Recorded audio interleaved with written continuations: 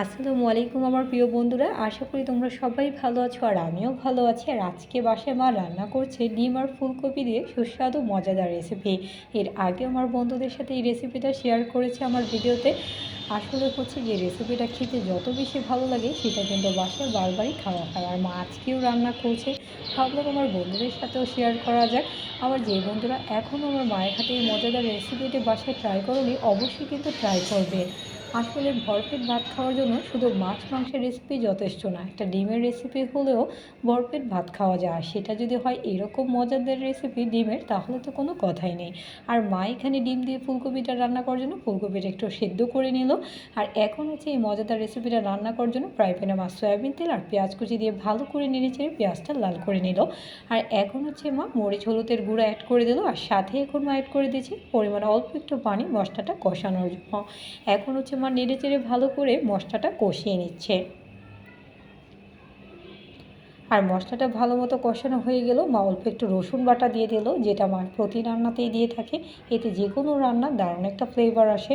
আর এখন হচ্ছে পরিমাণ মতো লবণ দিয়ে দিল। আর সাথে হচ্ছে মা আগে থেকে কেটে রাখা নতুন আলু দিয়ে দিল। এরকম নতুন আলু আর এই ফুলকপি দিয়ে যদি এরকম ডিমের মজাদার রেসিপি হয়, তাহলে তো সাথে আর কিছুই লাগবে না। আর আলুটাতে এখন মা দিয়ে দিচ্ছে হচ্ছে মশলাটাতে ভাজা জিরা গুঁড়া, এতে দারুণ ফ্লেভার আসে। কারণ যেহেতু ফুলকপি দিয়ে ডিমের রেসিপি রান্না করছে, তাই হচ্ছে মা জিরা গুঁড়া দিয়ে দিল। আর কিছুক্ষণের জন্য ঢেকে রেখেছিল, এতে আলুটা সুন্দর মতো করে গলে গিয়েছে। আর আগে থেকে সেদ্ধ করে রাখা এখন ফুলকপিগুলো দিয়ে দিচ্ছে। তোমরা দেখতেই পাচ্ছ বন্ধুরা, ফুলগুলো দেখতে কিন্তু সত্যিই দারুণ লাগছে। এটা খেতেও কিন্তু সত্যিই দুর্দান্ত স্বাদ। আর এখন নাড়াচাড়া দিয়ে কিছুক্ষণের জন্য ঢেকে রাখলো মা। কিছুক্ষণ পর আবারও ঢাকনাটা তুলে নিল। এতে আলু ফুলকপি সুন্দর মতো গলে গিয়েছে।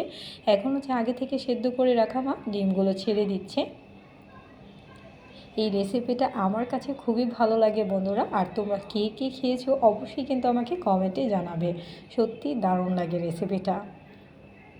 এখন হচ্ছে ভালো করে মা ডিমগুলো হচ্ছে মশলাটাতে কষিয়ে নিচ্ছি, এতে সুন্দর মতো ডিমগুলোতে মশলাগুলো ঢুকবে আর খেতে কিন্তু দারুণ লাগবে। আর সব কিছু ভালো মতো কষানো হয়ে গেল। যেহেতু মা ঝোল ঝোল রান্না করবে রেসিপিটা, তাই হচ্ছে বেশি করে পানি দিয়ে দিল। দিয়ে ভালো করে এখন নিচ থেকে ওপর পর্যন্ত নাড়াচাড়া করে নিচ্ছে। আর আমার যে বন্ধুরা তোমরা হচ্ছে এগ লাভার আছো, তোমরা কিন্তু অবশ্যই একবার হলো এই রেসিপিটা বাসায় ট্রাই করবে, আশা করি ভালো লাগবে। আর এখন হচ্ছে বলক চলে এসেছে, মা এখন দেশি টমেটো দিয়ে দিল, এতে আরও বেশি ফ্লেভারফুল হয় রেসিপিটা খেতে। আর এখন হচ্ছে মা দিয়ে দিচ্ছে হচ্ছে ধনে পাতা, এতে দারুণ একটা ফ্লেভার আসবে ধনে পাতার। আর খেতে কিন্তু সত্যিই দারুণ লাগবে। আশা করি আমার বন্ধুদের কাছে আমার মায়ের হাতের এই মজাদার রেসিপিটা ফুলকপি আর নতুন আলু আর ডিমের রেসিপিটা ভালো লেগেছে। তোমরা কিন্তু অবশ্যই বাসায় ট্রাই করবে আর লাইক কমেন্ট শেয়ার করতে ভুলবে না। আর যারা যারা আমাকে সাপোর্ট করেছো অসংখ্য ধন্যবাদ আমার সেই সকল বন্ধুদের। যারা এখনও সাপোর্ট করেনি, সাপোর্ট করে ফেলো আমার নিত্য নতুন ভিডিও দেখার জন্য। আজকে এই পর্যন্তই। Thanks for watching my video. আল্লাহ হাফেজ।